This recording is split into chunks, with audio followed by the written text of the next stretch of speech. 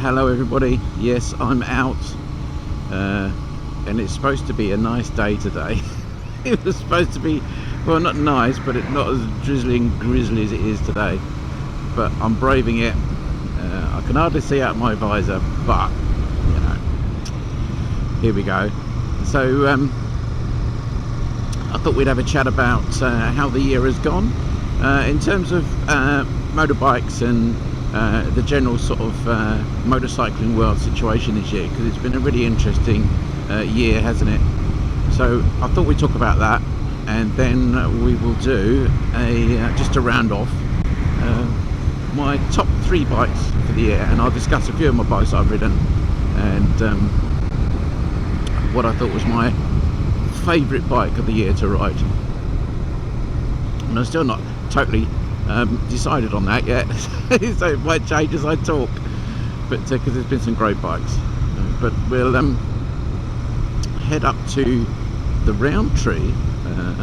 Hopefully there won't be lots of people there walking dogs and walking off their Christmas Day food, but we'll go and do that. So let's head up to the Roundtree and I'll see you in a sec. Alright, for all you people that always ask, and this is for you, Dave. This is Dave. So where is the Roundtree? People always ask it, where's the Roundtree? Well, it's a place called Tillington in Sussex, and it's between sort of Petworth and Midhurst, and we're just going through Tillington village at the moment. And yeah, it's just one of those places you find when I always think when you're doing this sort of stuff, it's nice to find somewhere that's quiet and a little bit picturesque and a bit quirky, where you can sit and not get disturbed by too much. And the Roundtree is where I found it now. It was quite a random accident, but yeah, it does get certain days you'll get interrupted by dog walkers and all the rest of it, but yeah, this is Tillington, and there's a little sign on the tree. Someone asked me ages ago, and I did film a little bit about the sign. I don't think I put it on the video. Yeah, see, it's quite busy, isn't it?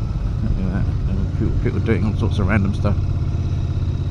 But yeah, so this is Tillington, and this is where I go. Here we are, everybody. Lovely jubbly. Right, this is the little sign, and I just want to show you that. Given by the people of this village in memory of Walter Evershed. I can't remember if I've ever done this before. I know I filmed it, but I don't know if I've ever put it up. I don't think it's the tree. It might be. I think it's probably more likely the bench they put there. But yeah, it's a lovely little spot. But there you are. Right, here we are. It's such a drizzly day. I'm going to be so used to that drenching rain. Always like drizzle, isn't it? So I just thought I'd look at how the year's been. Not from the particularly YouTube angle, because I'm going to do a separate episode on that and how the channel's done, but just about the biking in general. And it's been like a year of 2 halves, isn't it? You remember at the beginning of the year, January, we had imminent bike releases, didn't we? That were ready for sale, if you like. We had what did we have? We had the Triumph 400X. I was so lucky with that because it was January the 9th, and I think I was about the first person in the UK to ride it, or first person to get a thing on YouTube with it. And it's what actually, not why I started the channel, but I had to, because I was going to start the channel this year anyway, and then I had the opportunity to ride it, you know, so quick, as soon as it came out, virtually if they came out the crates, and I thought I couldn't miss the opportunity. So, you know, we had all that excitement of these new bikes. We had and it was all those small capacity bikes, wasn't it? We had the Triumph, you know, the 400X, and the the Street. We had the new Himalayan coming out. We had the NX 500. All these great bikes that were coming, and you know, it seemed like a really exciting period, didn't it? That all these new bikes were coming, and you know, certainly for me, starting the channel, it was a really exciting time. I was getting a little supply of bikes from Billy's Motorcycles, which I still do, which was great. So I got to ride all those really exciting bikes that I wanted to ride, and it seemed quite buoyant in the market. There was a little undercurrent, wasn't there, with certain things. You know, there was a bit of ill feeling with BSA, a little bit, I suppose. with them dropping the prices, and I think that was to combat things like the Triumph 400, because the Triumph had come into the market very, very competitive, hadn't it? Was it sub 5, 4995, something like that? Which was really aggressive, wasn't it? And we had this funny situation where people were waiting for the next bike to come out before they pulled the trigger on which bike they were going to buy. And we certainly had that with the Himalayan, and it was a bit sort of Blur Oasis, wasn't it? At the start. So we had those things going on, and it did become a bit of a price war, but it certainly had that feeling about it. And who won out of that, really? Within life, it's always about winners and losers, isn't it? And I think the Triumph won that hands down, didn't it? When you think of how many units Triumph sold, we're talking about UK bikes now, bikes being sold in the UK, and I think Triumph won that because their Scrambler covered several genres, didn't it? It was retro, it was also modern, had modern stuff on it. They had the right brakes and forks and all that sort of stuff, didn't they? But it was the look, wasn't it? Whereas I think like the Himalayan, it's not a one-trick pony, but it was built for a purpose, wasn't it? It didn't have that crossover appeal which the Triumphs did. And, I think it was quite some time ago now that, Triumph announced that they'd sold something like 50,000 units of that Triumph, which was extraordinary, really, particularly when you think what was coming later on in the year.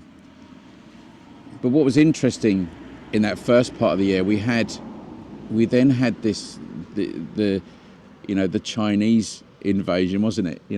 If you look at the second part of the year, it was like the Chinese invaded and the Austrians capitulated. It's terrible, you shouldn't say that, actually. It all sounds a little bit warlike. But the people were then waiting. I think the Himalayan got a bit caught up in the next waiting game because they wanted to see that. There's a black lab going across the road. I always think when dogs come across here, they're going to go and grab my camera and run off. I always think that when they're going to grab my drone. So the Himalayan, because it came out later than the Triumph, got caught up a little bit in the CF Moto wait, and people were waiting for the CF Moto to come. And that's an interesting story, isn't it? Because when you think about how the CF Moto was perceived, the Chinese and the different manufacturers really pushed that. There was a real hunger, isn't there? There's still a real hunger for this small capacity adventure bikes. And I think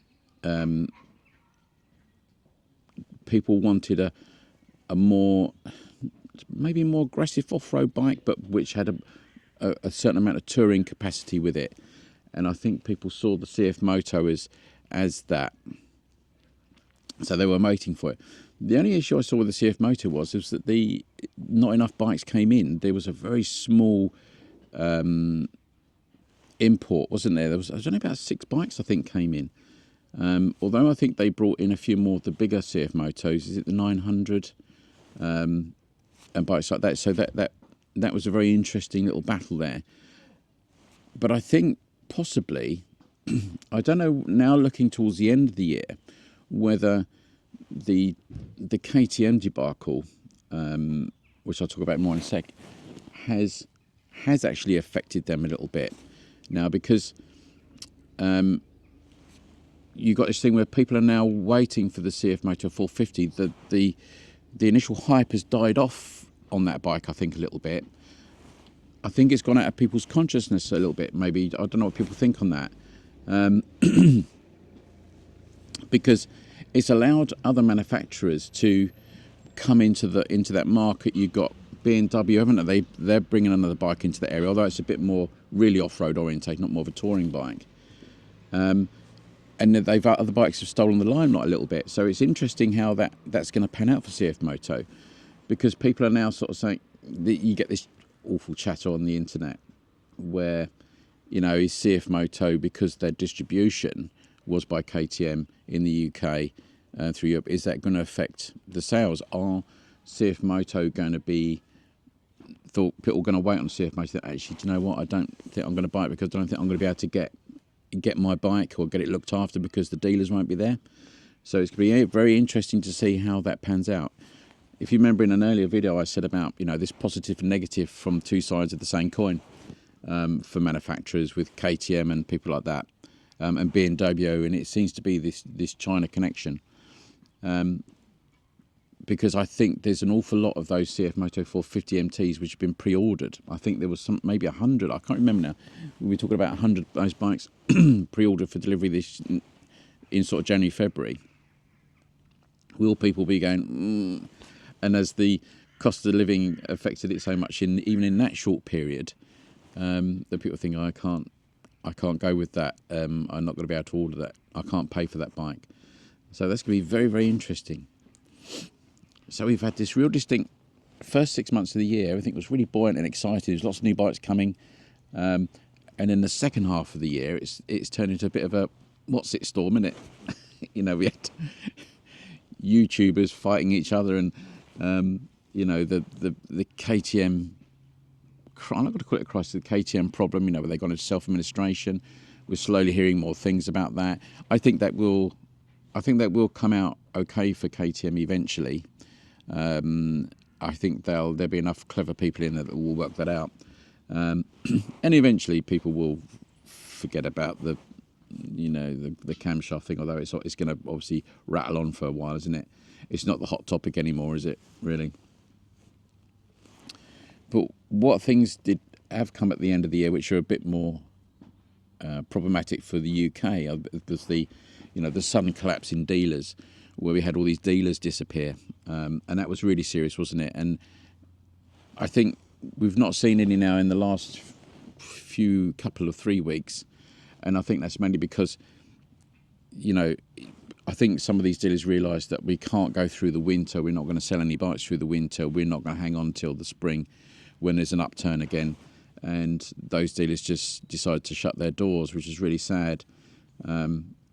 Hopefully, maybe next year, some more new dealers will come into the frame. I know there's companies like Superbike Factory, but the only thing with Superbike Factory is they're more of a finance company, as far as I'm aware. So they're just selling finance really rather than bikes, and they don't have not seeing many great reviews. They're probably fantastic, and I will go down and look at the new one in Crawley and see what that's like.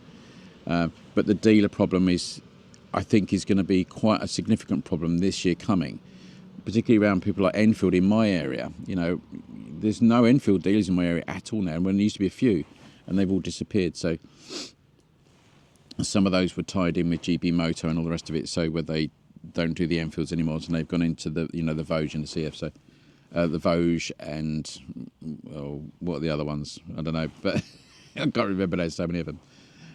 Bender or whatever it is. So we'll see how that progresses. But I think we do need, if Enfield are not going to get too many growing problems in the UK, they need to expand their dealer network. And because what have we got coming from Enfield this year? We see them in the dealers. Hopefully, if you can find a dealer this year coming, we've got the Bear, which I think will be a great seller. I'm really tempted to buy the Bear, but this would have to go if I'm going to do it. I can't have two bikes just all the same. You've got the classic 650, which I don't particularly like. I'm not that stuck on this classic 650. I would have rather they'd done a classic 500 and did something in that line. I mean, I think the classic 350 is such a popular bike, and you only got to see that with the prices that they hold their prices really well. I think maybe a 500 would have been a better way to go, because I don't think that would have affected the 350. I think the 350 is always going to have a really good market in the UK. It's such a great bike. Of course, what else we got coming next year, hopefully in the early part of the year, is the Honda GB 350. I always call it CB. It's a CB 350. It's a GB 350, which is the Highness in India. So you might have seen I looked at a couple of those in India when I was there. Great looking bike. It's manufactured in India. It's in the Honda plant in India. So it's not Chinese at all. It's obviously going to compete with, because it is very much a crossover between the Hunter and the classic 350, when you look at it closely. There's elements of both those bikes in there, but wow, haven't they priced it aggressively? 3,900. That will sell really well. I don't think, if it's the same as the ones I saw in India, I don't think the quality is as good as Enfield. I think the Enfield is a better quality bike, but I'll be desperate to get a ride on one of those, because at that price, the only input of Honda really from that bike is literally just, they're getting somebody to manufacture it and they're going to ship it to the UK and into Europe. I don't know how much of the Japanese input is in on that bike, but I'll be very interested to see what the engine's like and how that rides. But did see a few in India, and that you did look around and think, oh, here comes an Enfield, and it wasn't. It's one of those Highnesses. So, yeah, that's going to be the big bike of the year, I think, certainly.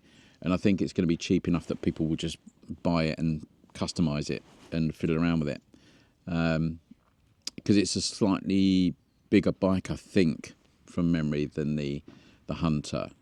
It's got a more profiled, bigger tank, and it just feels a bit of a bigger bike. But I just wasn't stuck on the quality. I thought it looked a little bit cheap in areas. So I don't know how much that is in India, but it's probably only £2,000, something like that in India, if that. A bit like the Hunter. So that's to look forward to. Hopefully we won't see any more people go by the wayside, dealer-wise, this coming year. I think we've seen all the collapses now. I think as the market picks up again in April, March, April, hopefully, survival of the fittest, isn't it? It always is that in business, survival of the fittest. If you can survive this point, the people that are left will pick up all that work. The only issue I see is just where geographically those businesses are. We're lacking a little bit in the south now for some of these new dealers. We've lost a massive Honda dealer, Suzuki, Yamaha, and all these people, and Enfield. We've lost two big Enfield dealers this year. So, if I want to get any of these, any work done on these, I've got to go quite a distance to do that, which I'm not going to do. So I'm going to end up having to do it myself and probably voiding my warranty a little bit. So, yeah. There we go with that. So, yeah, year of two halves, wasn't it? Year of two halves. Let's wish for better things next year and see where they go. I got lots of things coming up on the channel. I got my big trip to Africa, North Africa, coming up, which will be... I'll be there in sort of April time, but those episodes will go out sort of May, really, onwards. And I'll be doing some other ones, hopefully, on the trip back and being in France for a little while and all the rest of it. So, really looking forward to that. We're going to do more with the Collector's Corner, so we do more with Dave. And yes, I'll make sure Dave speaks more and I don't talk over him. So, but we'll talk about those things when we get to them. But the Collector's thing's been really interesting. We've got my Triumph as well, T90, which is now running. And I'll do a quick episode because I'm going to be picking that bike up. I'll let Dave tell me what was wrong with the bike, and then I shall ride it home and then ring Dave to pick me back up again when it's broken down. Let's go for a ride, come on.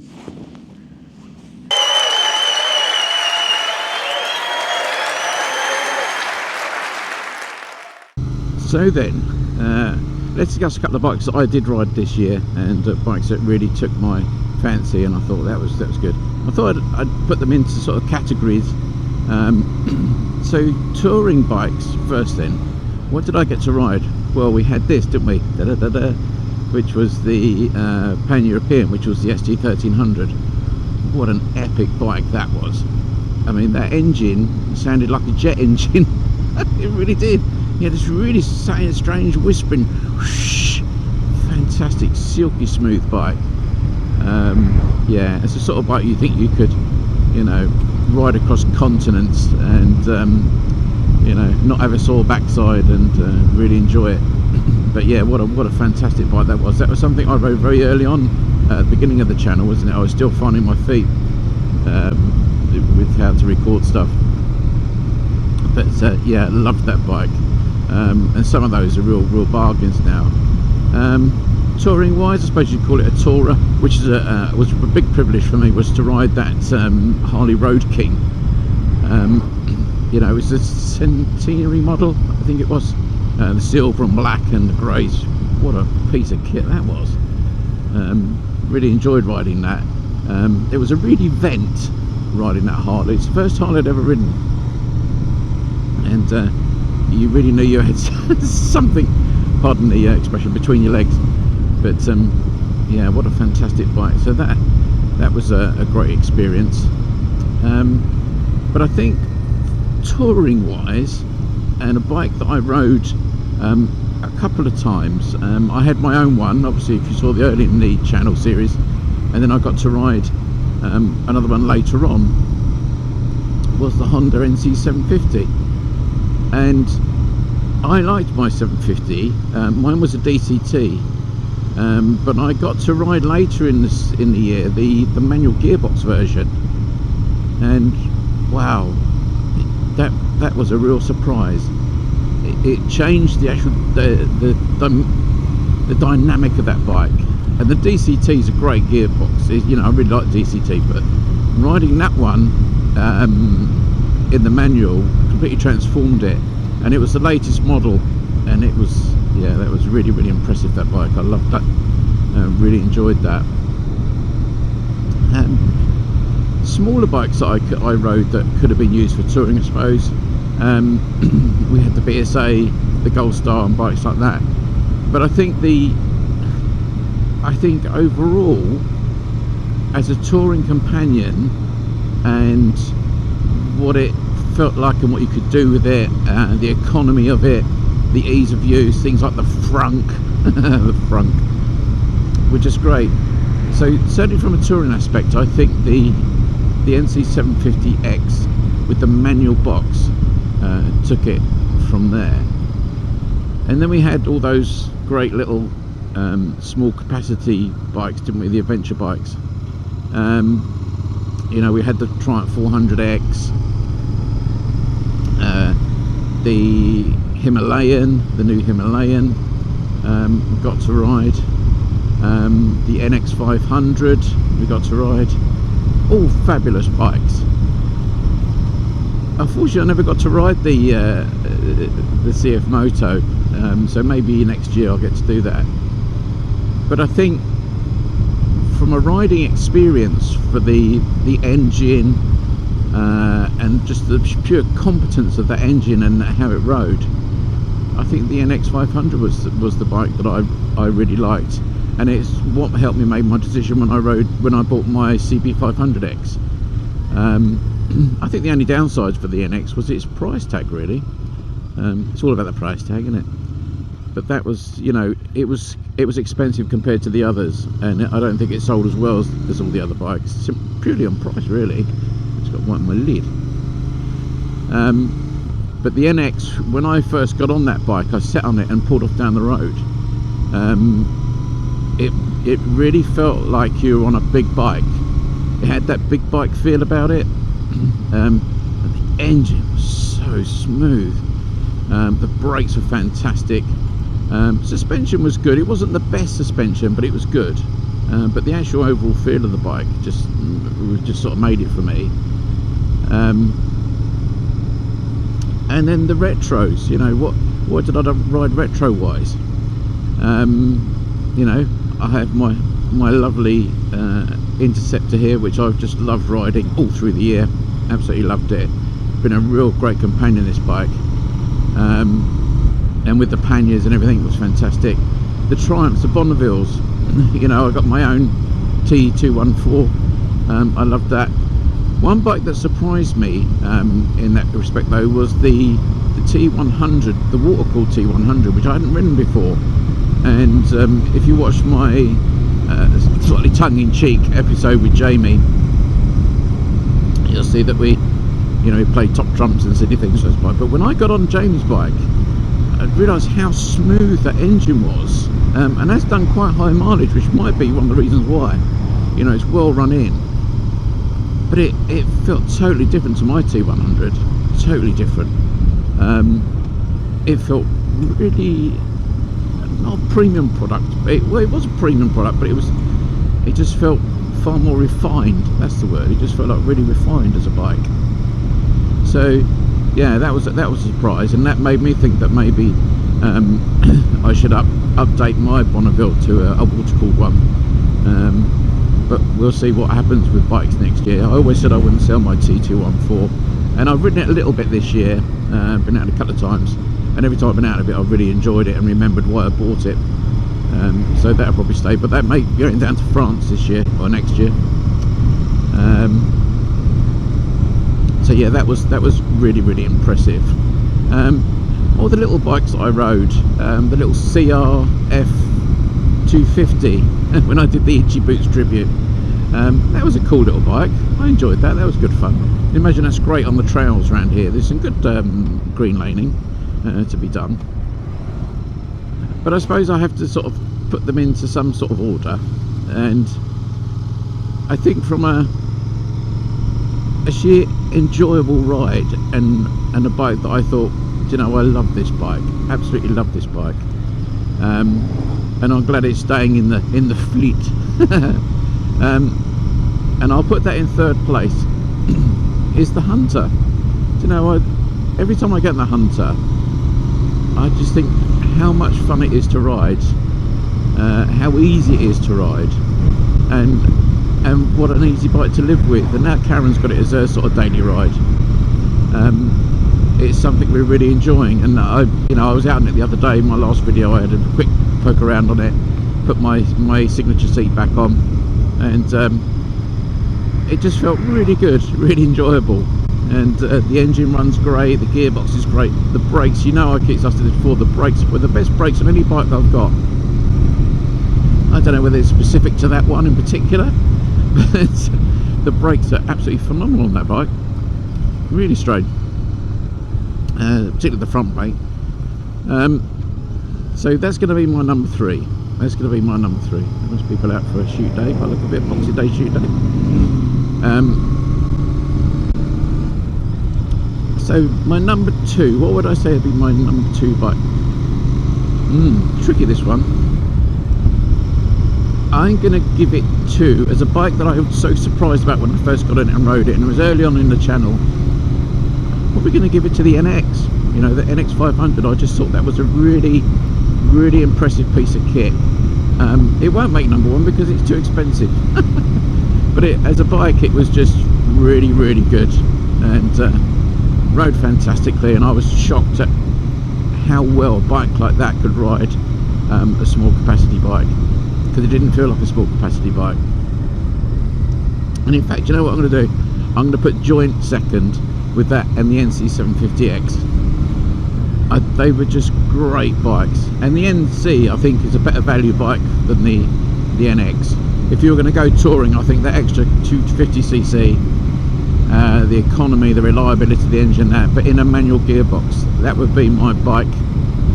Those two bikes could go number 2. So what am I going to put in number 1?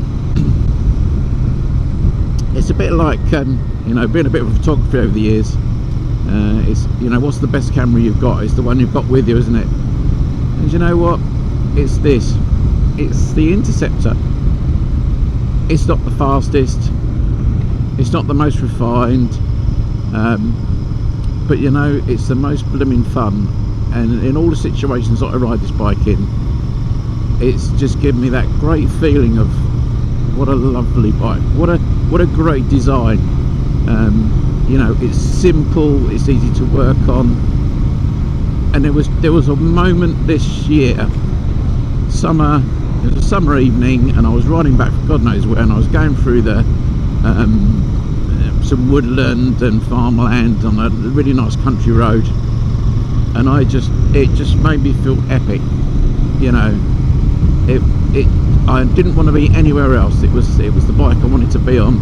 It felt great, the riding position, and just for that moment alone this year, this will win it. You know, there's been other bikes I've ridden. Honourable mention, you know, the classic 350 you rode in India. What a phenomenal bike that is. You know, it's just a great bit of kit. And in India, if we were in India, that would have been my number 1 because it was so good. There was nothing that could touch it. It was a real revelatory moment riding that bike in India. It just rode so well. So So you know, for all you people in India watching, yeah, the Classic 350 is an epic bike. But for me here this year, it's been this bike. It's been the Inceptor. It's not given me any problems, any aggravation, which is always a kiss of death, isn't it? But yeah, it's been a great bike, and you know, possibly it may go next year. I may look at the Bear and think, I think I need the Bear. I'm going to lift my lid up because it's such a horrible day. But yeah, so I'm going to give this year's bike Two Riders Award for Bike of the Year. It's going to be the Inceptor, just purely on that. Funny, isn't it? On that one day, it's where I wanted to be, and I absolutely loved it. It was a great moment for me, and it's one of those things that just sticks with you, isn't it? So there we are. There were lots of bikes, but a bike, all-round Bike of the Year, and a bike that just made me feel really good, is going to be the Interceptor. Right, hope you enjoyed that. We'll see you next Saturday. I've got to work out what we're going to do next Saturday. I've got some things planned, but I need to get filming a bit more. But have a great year, everybody. Have a great new year. I hope you got everything you wanted from Christmas. And I hope next year's going to be just as much fun, but less of the bad news, hopefully. But I will see you then. Take care, everybody. Ride safe. See you soon.